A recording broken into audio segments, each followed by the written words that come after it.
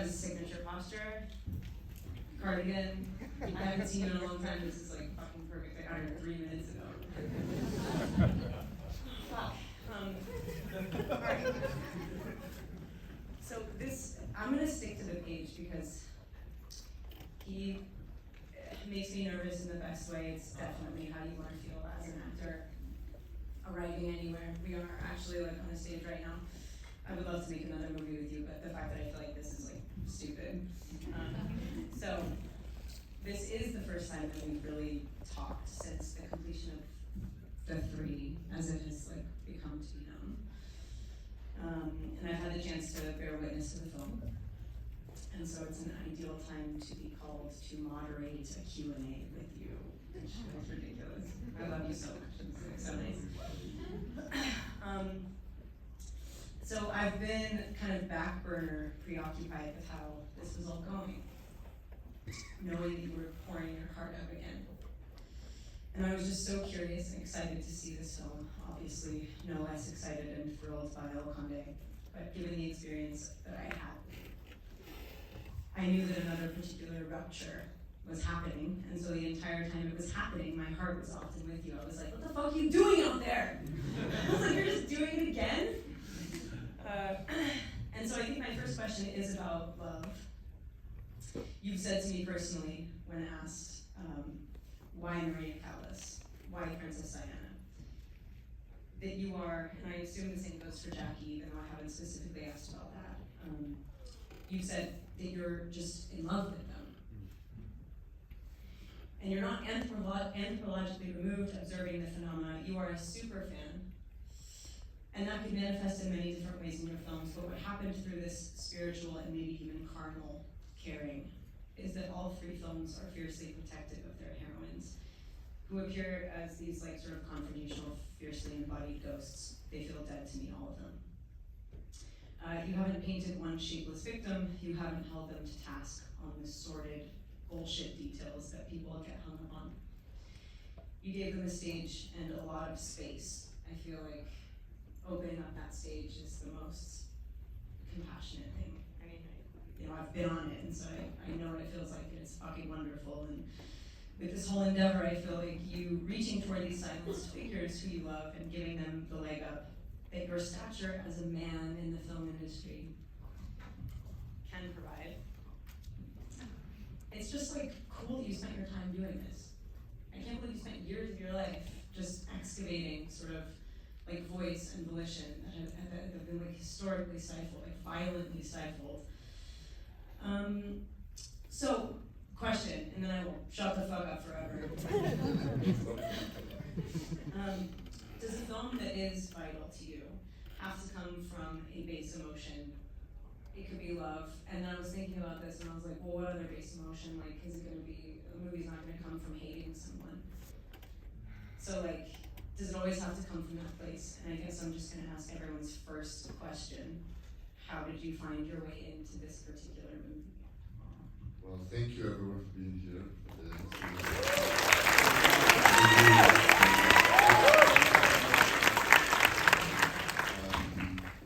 But again, what you were saying before, there's been a number of things that were said and have been said about, the 3 movies in different moments. But there's one thing in common that I feel that I have been somehow attacked by certain people that consider them too reverential towards the characters and the figures. And I'm like, yeah, I love them. I am fascinated by them, and I don't have, it's not that I am, that's the reason, one of the reasons that motivates me to make those movies. And when we did Spencer, like my connection, I am from Chile, from South America. Like my connection with the royal family is nothing, nowhere. And I was just fascinated by her, and somehow I felt that there was a beautiful humanity in there, and that was our angle. And here, it's similar. The only difference, I guess, is the music. which is I don't think I know a lot about cinema. I mean, like movies. I'm like a deep cinephile. I think I know more about music. That I spend more time in my life listening to music than watching movies. Music and photography. Yeah, exactly. And I think that is the first step to work around someone that really changed the history of music. And most people think that it's because of her voice only, and because of the medium that it's like opera. But I think it's because of her emotion. I think Maria Callas was someone that, as she was singing, she was dying every time life was taken from her while she sang. And I wonder if that was filmable. Can we shoot that? Can we film that and put it in a movie? Can we not only feel her perception through music, but really try to understand that she, like, Maria Callas sang 8 operas more than 50 times in her life. And 7 of them were tragedies. So she, the main character, was Beth. In the last scene. So I think she became the sum of the tragedies that she played on stage.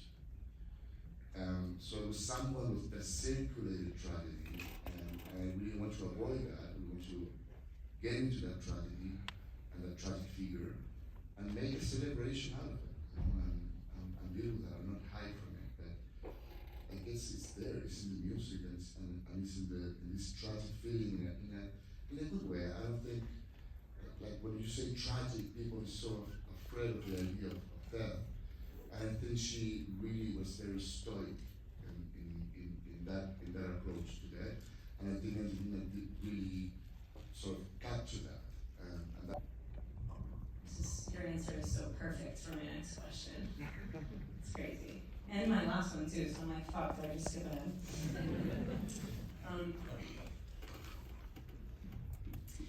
Okay, so like about music, there is ambiguity in the sound of music and in the performance of opera that can cut sharper and quicker than dialogue and plot. I mean, it just like permeates. There's something about voiceless articulation that obviously is, I mean, it can drop you, and you can speak any language, you can speak Spanish, Italian, like I would love to watch this movie. This movie feels like it endeavors to be an opera.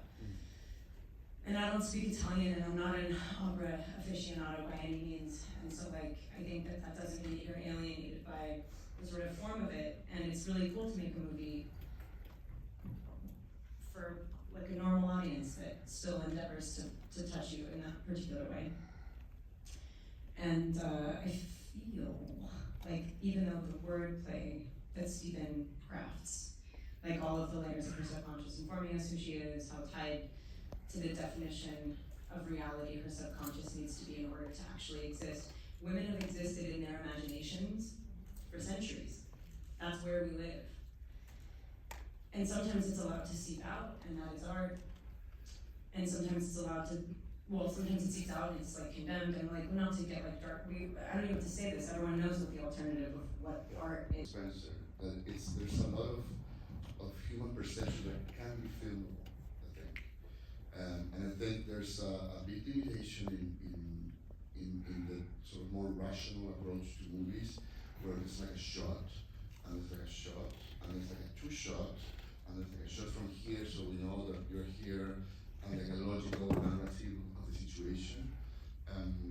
But I feel that reality is way more complicated, because you could see someone, you could, from fall in love to remember your cousin, and you get a message, and then you see your reflection in a glass, and we have many things that are like somehow attacking us from reality, and they're changing our perception. So this movie has a more sort of, we went to this next stage of that idea of trying to film and inhabit her perception of reality. And so she's like, she's walking, and then all of a sudden there's a sound that cracks in, and there's this choir in the street, and then there's another opera, and then there's a vision of someone that is not there, that is herself portrayed in a journalist, and then there's there's another choir, and then she's inside of Madame Butterfly, and then it's moving towards the perception of someone. And I think that one of the greatest things that movies can do is to try to enhance someone's perception. And you could fail and it can be a disaster, but there are great movies about it, and how can we be like really looking at the world through that person's eyes, and that requires, I think, obviously as you did with us and Spencer and Angelina now, to have someone that really can let you in when you want, or in this case when Angelina wants, or let you out. There's a dance of empathy that is not entirely continuous. There's some moments where you choose, and then because in the camera is here, and you remember that the day when we were shooting, she was like, "What?" And it's really close, and that is obviously very intense for the actors, but at the same time, it creates a form of intimacy. But then they choose when to let you in, and they choose when to let you out. So, and then it's the audience, each of us, that could complete that operation. And I think that is the whole endeavor. To have an active audience. I trust you guys, and I believe that in your intelligence and sensibility. I do think people, I don't know, it's so easy to forget that you're allowed to interact. Yes.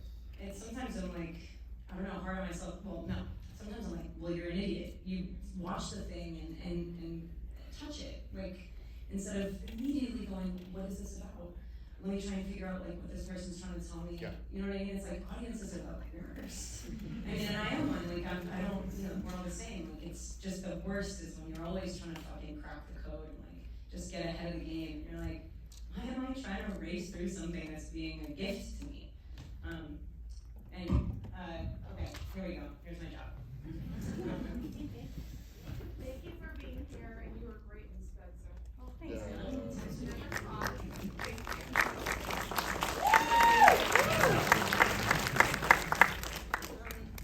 Okay, so let's see.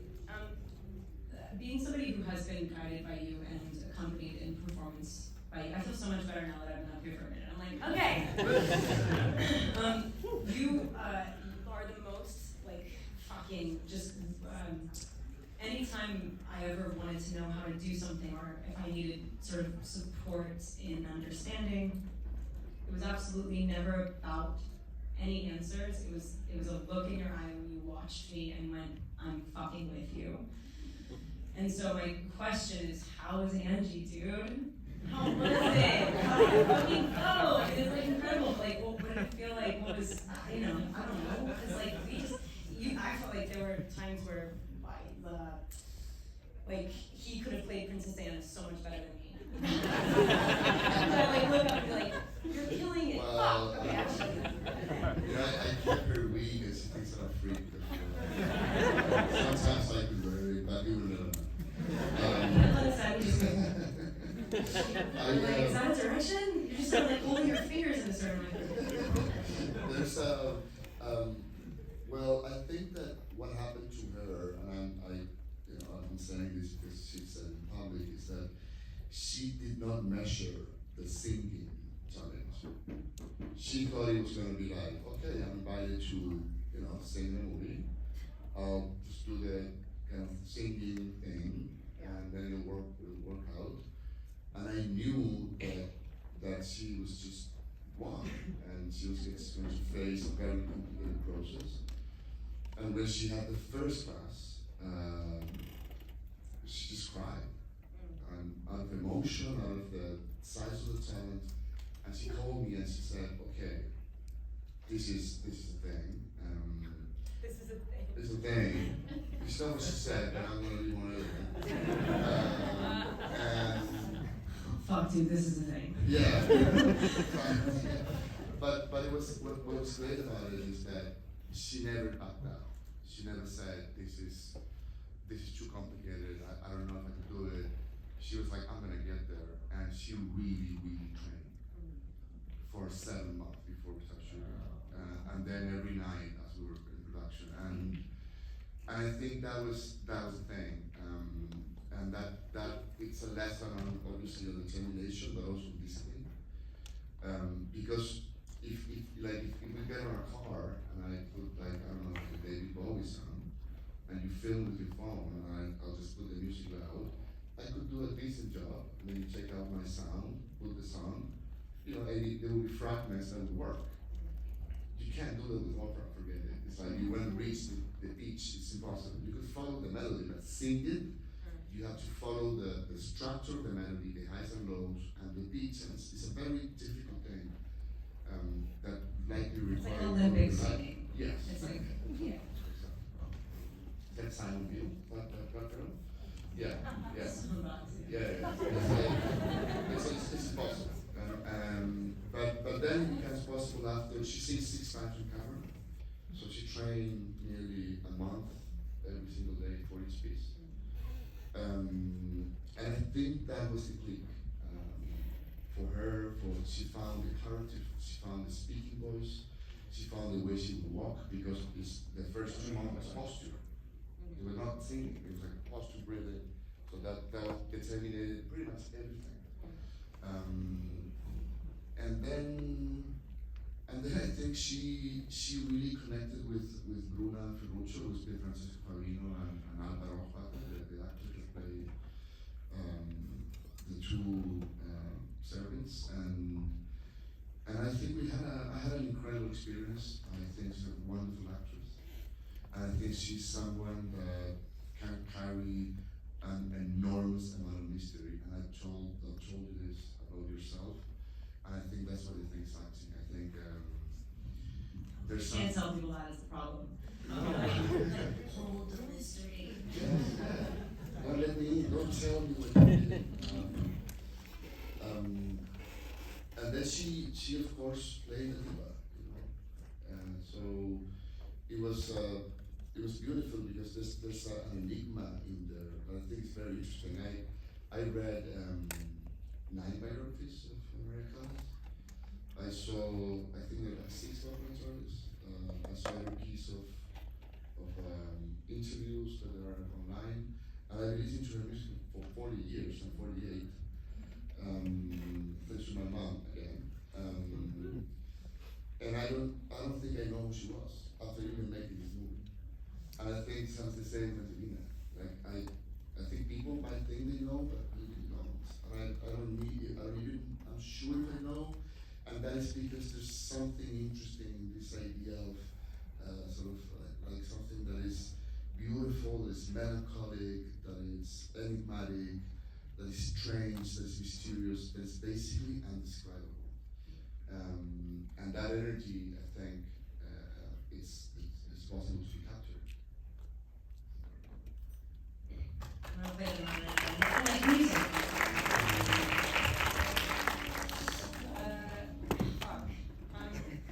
So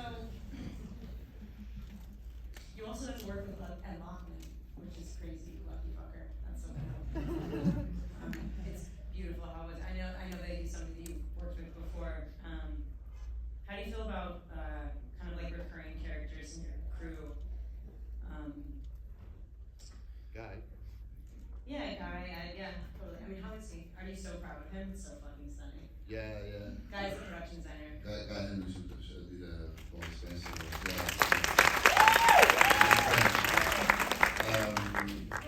Well, you know what is amazing about this job is that, and it can be a very selfish thing to say, but it's true, is that at some point you're willing to make your obsessions somebody else's obsessions, Totally. right? And then. I can tell you, because you've never necessarily done this for anyone else, having that done to you is the best thing that can have, I mean, it's the best thing that you can have done to you. And so don't feel bad about it. She just made her first movie, so we'll. Yeah, it's decide like, to you see. feel monstrous. So like, what you should want? You don't want them, fuck off! And you have to want the same things. And but it does feel bizarre as hell to stand up and sort of be like. But it's very beautiful. Because it's and it's not about you is the thing. Yes, exactly. And well, and Ed is like he's obviously a master, and we worked on shot in the 70s. So all the technology was just the use of film, but the lens, the way it was lit, were in that direction. And I fully operated the camera.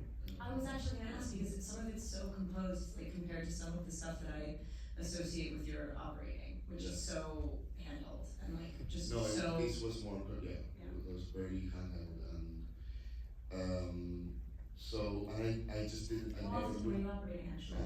How often were you operating? No, all the time. There was no operator. It was just me. Wow. Yeah, and then the same thing.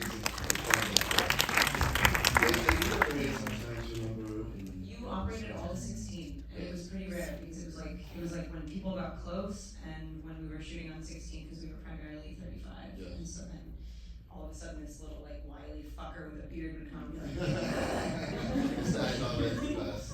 It's the best because you don't you become the first audience, and then you don't need to see the monitors to see the take again, because you saw it, you're close, you listen to it, and it just happens in front of you. There's like nothing else to say. I don't like it's done. You know, I don't sometimes what happens to me, and I've talked to other directors, this is often, that when you see the monitor, there's something that you don't know if it happened or not, so you do it again. So you okay, let's do another one, and you don't need to do it. Then you're in the editing room, say, why didn't you do this thing? These other 6 takes, you know? If you're operating and you're really focused on it, then you don't need anything else. You know exactly if you have it or not, and if you were looking for it. Monitors are blinding. Yeah. You can't see fucking anything. And like it really just being somebody who also is usually standing in front of the person that's doing the fucking thing. Yeah. I'm like, I think there's nothing happened. I need to do it like 25 more times. It just feels boring. It feels like nobody felt anything. And then you go and you watch these gifts in the edit and you're like, oh my god, she was absolutely fucking stupendous in take 1. Oh fuck, look at what she did in take 2. It's like you just weren't standing there. You couldn't see anything. You were on these like blown up bullshit. I mean like. And then you end up exhausting everyone because of nothing. 11 takes later. Yeah. You're like, they're all interesting, but the first one is vital. Yes. And especially if the actor knows that the first one could make it, because then filmmakers that the actors know that after take 4 is serious, right? So everyone's like, okay, so it's almost like a shoot rehearsal, and it's not. But if there's enough sort of focus and pressure on everyone, take 1 could do it and could be the take. Well, however, so it was very interesting because Ed is like he's a very calm man until he's and it's very funny, but he's truly a master, and it's the kind of people that you work with, and then you relearn everything again. It's like a restart. You go back. I don't know, in my case, like 25 years of filmmaking, and it's like you're on 0, and then everything starts again. Out of that. I wonder if he felt the same way working with you. Like. I don't think so. No, he would die if he didn't feel that way. Come on, like that's what keeps you fucking going. Yeah. Like, well, but he's very generous, and it was difficult. It's a difficult movie to illuminate because we were trying. You said it at the beginning. You're so right. We were aiming to film a moving opera, something that is like a moving proscenium, a moving stage that it doesn't make much of a difference if you're inside the apartment or at La Scala. You know, but it's the same movie and has the same perception of reality. So in the music. dude, you know, I'm not gonna try and say more things, but you've said it. Like I totally agree with you. I think the small gaps. So you've given me like the best advice of my career. Your voice plays in my head when I find myself like knee deep, and when I'm at work, or just elated at work. And for us, like our work is our it's our lives, and so the stakes are incredibly fucking high. I'm lucky because you have both more. I mean, you've more or less told me that my instincts are good, and I would say it's the only reason. Fuck, man, having a director tell you that you're a good human, it's like having a friend tell you that you're a good guy. Like it's the same thing. you've told me to not compromise for anyone, that no creativity is death. When you texted me that, I fired my DP week 1. You told me that feeling is unhealthy, that you were like, I was like, I don't know, I feel like maybe it's like the worst, most irresponsible thing to make a decision like this at this stage, and let me tell you where we're at and I'm feeling, and you're like, Kristen, this is fucking unhealthy. You're like, all right. Maria is your first film about an artist, in a literal sense. Even though I find artistry in like Jackie and Diana, the way they inhabit the world, whatever, Maria literally dies when the art goes. And you literally told me yourself, no creativity is death. And I fully cried watching this movie when she takes her last breaths, not because I know Maria and Alice, but because I know you. And I guess the question is everything that we do with our lives a certain kind of art? And is everything we do and say with our bodies ultimately a spiritual and political act? And what the fuck are you doing next, and can I please help you?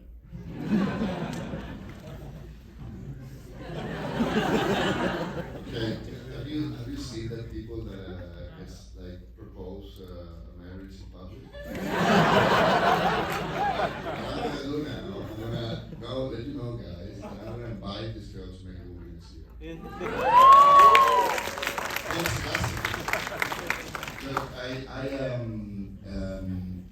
I'm not sure of any of that.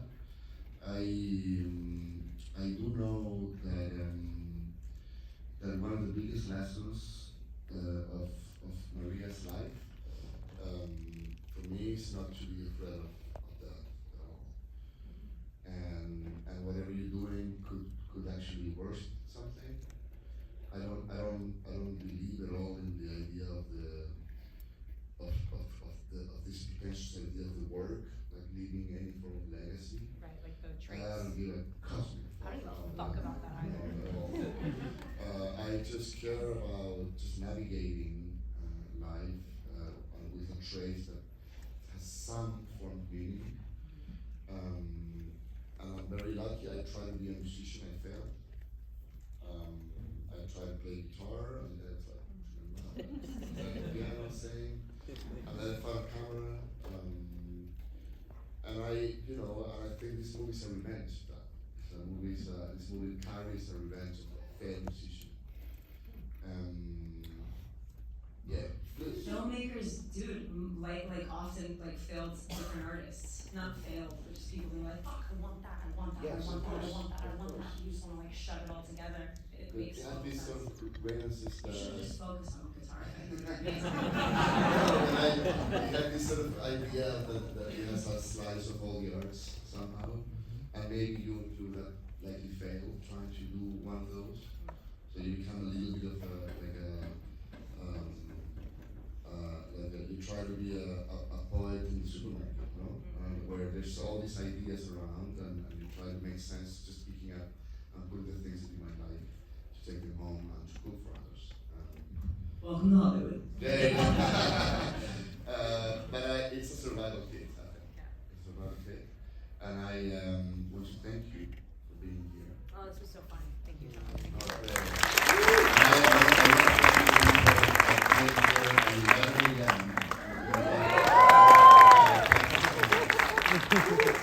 You don't want to know which one you like the most. You think that for yourself. There's no rankings. Then don't ever believe that there's someone that's better than you. What's the app? What's it called? Letterbox. I'm kidding.